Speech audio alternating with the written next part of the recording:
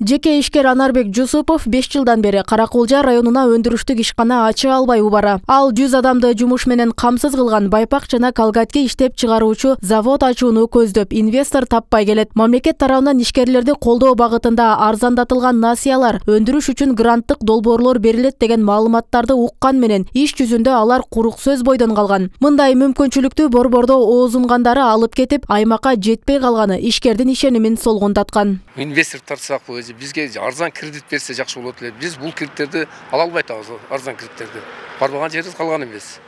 Биз жалаң кымбат кредиттерди алып, ушул зданияларды салып келет атабыз. Ушу айылда да болсо дагы ушу айылга калсын деп. Ата биз муну шаарга салсак, биз муну өнүктүрүп кыйла тузга турмакпыз. Ушу айылга калсын деп салып атабыз бардык нерсени. Ишкердин камдап койгон атайын жери даяр. Мында 100 орунду ишкана ачууда сырьеолор жана техникалык камсыздоо үчүн 30 миллиондой сарпталат. Алдын ала чыгарылган продукциянын кардарын да таап койгон. Россияга экспорттоп, ал жакта сатыкка чыгарса болорун ишенимдүү айтып жатат. Бирок каражат жоктугуна байланыштуу азырынча футбол ойноочу аянтча болуп турат. Мына Улайтала айыл өкмөтүнөн баштап Карагоз, Кеңеш айыл өкмөттөрүнөн баштап бул жагы Сары Булак, Алайкы аймагында мындай кылганда суга жер жок, кайрак чөй орунду, анан кийин жайыткан жерлерибизде.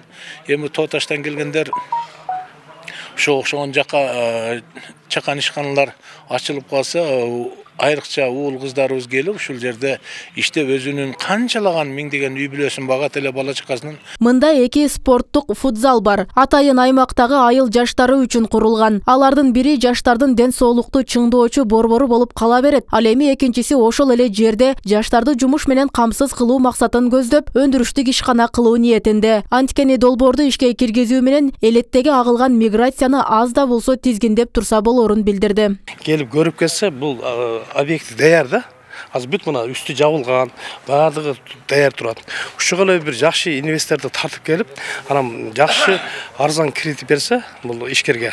Эсиңиздерге сала кетсек, декабрь айында Кыргыз өкмөтү облус башчыларга тапшырма коюп, өндүрүш жана туризм тармагын өнүктүрүүгө инвестор табуу жана алар менен түзүлгөн долбоорлорду 2 жылда ишке ашыруу тапшырмасын койгон. Октябрда жаңы бийлик тараптан дайындалып келген Жарасул Абдыраимов негизги программасы катары ишкерликти өнүктүрүү экенин билдирген. Өкүлчүлүк бул маселе боюнча быйыл ишкерлер үчүн 60 миллион доллар инвестиция тартылып келгендигин, ал гранттык жана арзан кредит түрүндө берилерин, алууну каалаган ишкерлер долбоор жазып келип, конкурска катышуусу шарт экендигин билдиришти. Инвестиция тартам десе, негизги проекти бул жерде комиссия бар, конкурстук комиссия өтсө, бул айыл чарба багытында болобу, туризм багытында болобу, бүгүн инвестиция бар.